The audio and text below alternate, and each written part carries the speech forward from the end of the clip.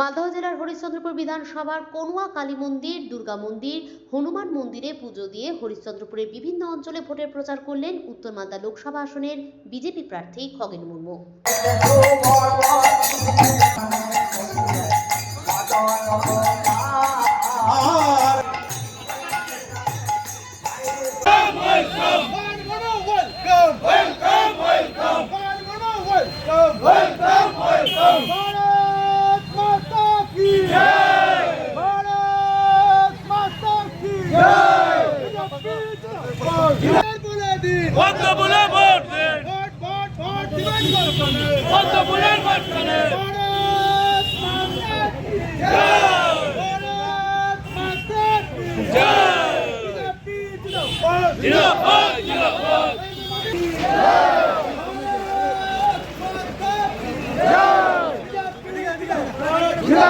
মানুষের জন্য প্রভাব পাচ্ছেন, মানুষজন কেমন সমর্থন করছে?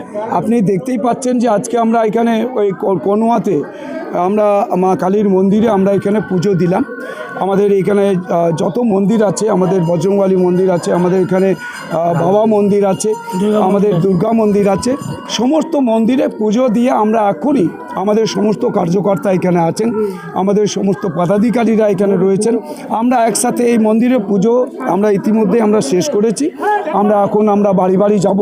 দেখছেন এখানে প্রচুর মানুষের সমাগম হয়েছে, পুজোতে সবাই এসেছেন এবং সবাই আশীর্বাদ করছেন আমাদের দেশের প্রধানমন্ত্রীকে, যেন পুনরায় আমাদের দেশের প্রধানমন্ত্রী নরেন্দ্র মোদীজি আমাদের এই ভারতবর্ষের আবার এবারের যে অষ্টাদশ লোকসভা নির্বাচনের মধ্যে দিয়ে প্রধানমন্ত্রী তিনি আমাদের হতে পারেন, তার জন্য সবাই আশীর্বাদ। বলছি, উত্তর মালদার তৃণমূলের প্রার্থী প্রসূন বন্দ্যোপাধ্যায় আপনার বিরুদ্ধে রাজ্য নির্বাচন কমিশনে বারবার অভিযোগ করছে।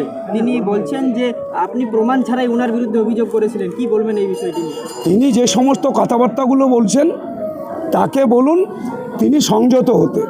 তিনি এখানে আমাদের যে কেন্দ্রীয় বাহিনী তাদের সম্পর্কে কটু কথা বলছেন, কটাক্ষ করছেন, তাদের তালাবন্ধ করে রাখতে বলছেন, থাবা বসাবেন বলছেন, গুড়িয়ে দিবেন ভারতীয় জনতা পার্টির সমস্ত কার্যকর্তা পদাধিকারীদের, কতজনকে গুড়িয়ে দিবেন, ধুলায় মিশিয়ে দিবেন, এই সমস্ত কথাগুলো বলছেন।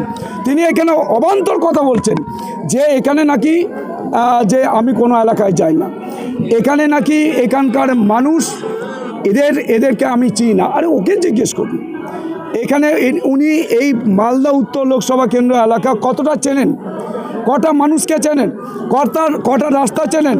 এখানকার যিনি মাঠে চেনেন না, মানুষকে চেনেন না, তিনি এই সমস্ত কথাবার্তাগুলো বলছেন।